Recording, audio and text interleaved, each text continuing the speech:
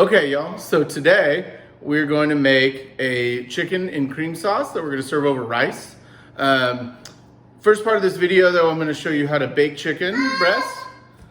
I'm going to show you how to bake chicken breasts in the oven. That's like a really great thing to know how to do. You can make chicken sandwiches, chicken salad. Applications are endless. So I often bake those off and then cut them in half on a toasted bun with melted cheese and grilled onions. Make a great dinner that way.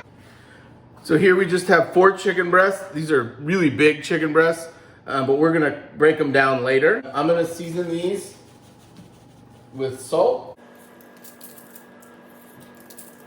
and then white pepper. I got garlic powder. Yeah. And then some Italian seasoning. That's what you're doing. You'll see I'm not going shyly with the seasoning. I'm just gonna season the top of this, so I'm not worried about over seasoning. And then I'm gonna take some olive oil and just drizzle across the top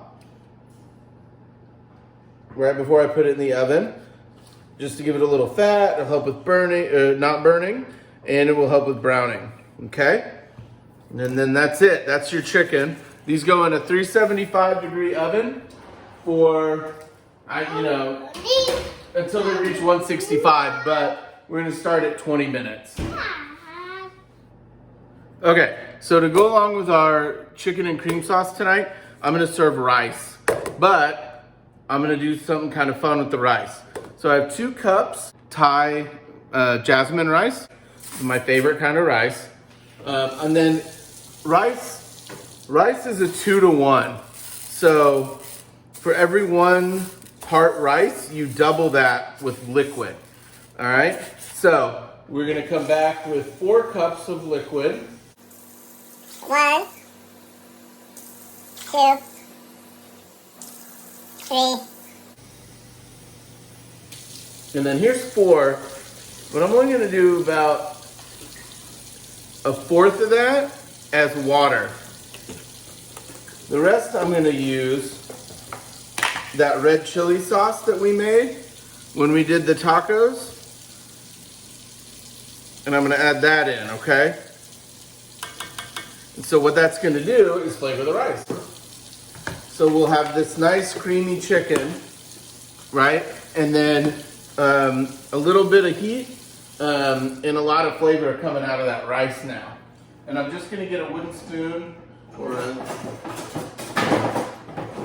silicone spoon, and I'm gonna just stir that around. Let's stir that up, and we should be good to go there, guys. We're gonna start with a little bit of oil. And then we're gonna add in some butter. And we're gonna make a roux. Now, we've done a couple roux in the last couple of videos. A, it's a great way to thicken things. And B, by me showing this to you over and over again, I'm just reinforcing the technique, okay? And by reinforcing it, you're gonna learn it better. And you see, I did have that heat turned up, and I did that on purpose because we are browning this butter. So you'll see the color changes and the bubbling happening, right? That's good. You can smell it. It should smell like movie theater popcorn. That's a good sign, okay? We're gonna get depth of flavor from that browned butter. Now I'm not browning it all the way, but we're just getting a little color to it. And then once you're about here, then we start adding in our flour. And I'm just shaking in a little at a time.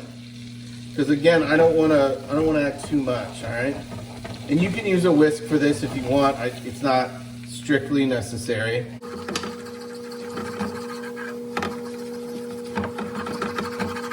And see, now the flour wouldn't have colored it that quickly, but because we browned that butter, we're ahead of the game here, okay? Now I'm going to reduce my heat. And now I'm ready to add my liquid. We could continue to cook this down like I've talked about before, but I don't need to do that. This is already dark enough. And I'm going with half and half. And I just added a little and I'm gonna stir, okay? Get that all incorporated. See it tightening up, and then now I know I can add a little more. And I think we're gonna be able to work that whole thing in. Okay, so we've got our half and half added. It's still pretty thick. And I know that we're gonna add some cheese into this later. So what I'm gonna actually add now is a little stock. I'm going chicken, because why not? We're doing a chicken dish. So get that chicken flavor in here too. Just making sure it's not burning on the bottom or the sides. Now if you had mushrooms, that would be awesome. You could have sauteed those first in all that butter and oil for about 6 or 7 minutes. You want them to release their liquid and then that liquid to dry up before you add in anything else. That would go really well in this dish. I just don't have any mushrooms. Depending on the dish you want, if you wanted it real cheesy, you would go like cheddar, right? And then this would become like a mac and cheese sauce that you could pour over the chicken and rice, which would be very good. I'm not downplaying the deliciousness of that. I'm gonna add in cream cheese to get the cheese texture, but also to add a little tang, because that rice that I'm cooking is gonna be a little spicy, right? So what we're always thinking about is balance of flavors. You know, a lot of people don't like working with a roux because they think it gets the sauce clumpy. You can certainly get clumps when you're adding flour into a hot liquid. That's why we stir quickly, right? There's an easy fix to that, guys. Just run that through a strainer when you're done making your sauce. Run it through in the kitchen we call it a chinois, and it's just like a fine mesh strainer. I'm looking for one. This is not a chinois, but it's the same kind of mesh. And any of those clumps of flour will get caught in that and you'll be good to go. Obviously, if you had something else in here besides just sauce, you'd be not able to do that because it would pull everything out. So, I'm just gonna break up this block of cheese and then we're gonna let this slowly melt, and then this sauce will be about done. We still have to season it. So right now what we have is kind of a blank canvas, right? So when this sauce is done, we have to decide how we want to make this dish, right? If we wanted to go like a Southwest, we could charge some poblanos, chop those up, get them in here. Now, I'm actually going to add some vegetables to this because I think me and my family need some vegetables in our lives. Don't we all right now? I'm trying to stay healthy. So I've got some frozen peas and carrots. And with the chicken, those are gonna be delicious. You can see the cheese melting in here, and it's forming like a really beautiful finish to this sauce. And the flavors that the cream cheese is gonna add are gonna be really good. Like I said, it's a little tart, which is gonna go great. And then we're gonna hit this with salt and some pepper.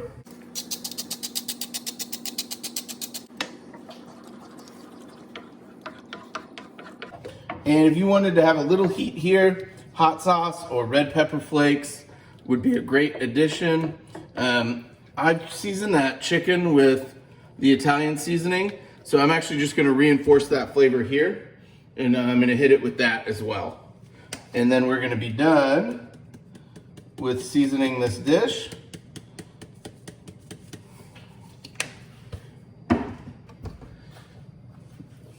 The only thing you might consider doing, that I'm not gonna do because I don't have any, would be right at the end, right before serving this, just some fresh lemon juice. That pop of acidity would really brighten up the dish and bring out a lot of those flavors. Acid is one of the underutilized tools in our trade in the kitchen. And I think a lot of dishes that we're used to could really benefit just from a little more acidity. But like I said, there is already tartness from the cream cheese. So hopefully that'll carry it through. I don't want to add a vinegar because these are pretty mild flavors. And I'm worried that vinegar would just be really overpowering. So I'm just gonna stick with not using one. All that cheese is almost melted. You can still see some clumps of it. So I'm just gonna let this finish cooking down. And we are getting ready to plate.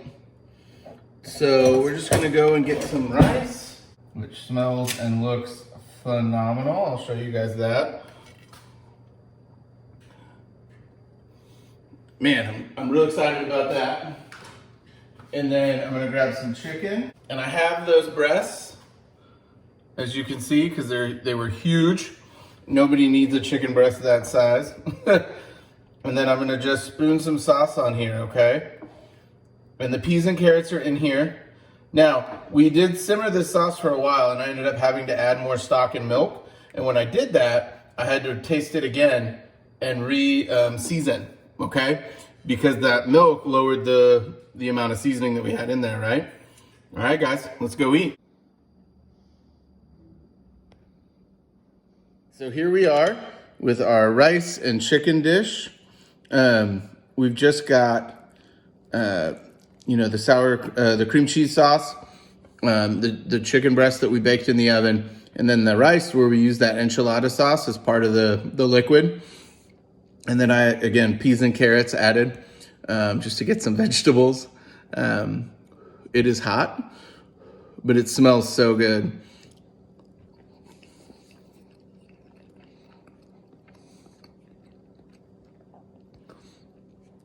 It's delicious. The rice is all-star. I could eat that all day, just the rice. And then you take that cheese sauce and the chicken breast, which we made sure we didn't overcook or undercook. So that's plump and juicy. The peas and carrots actually add a nice note of sweetness to this. Hey, they work nicely. All right, guys. That's the first video of the week. I'll see you guys soon. Thanks, y'all.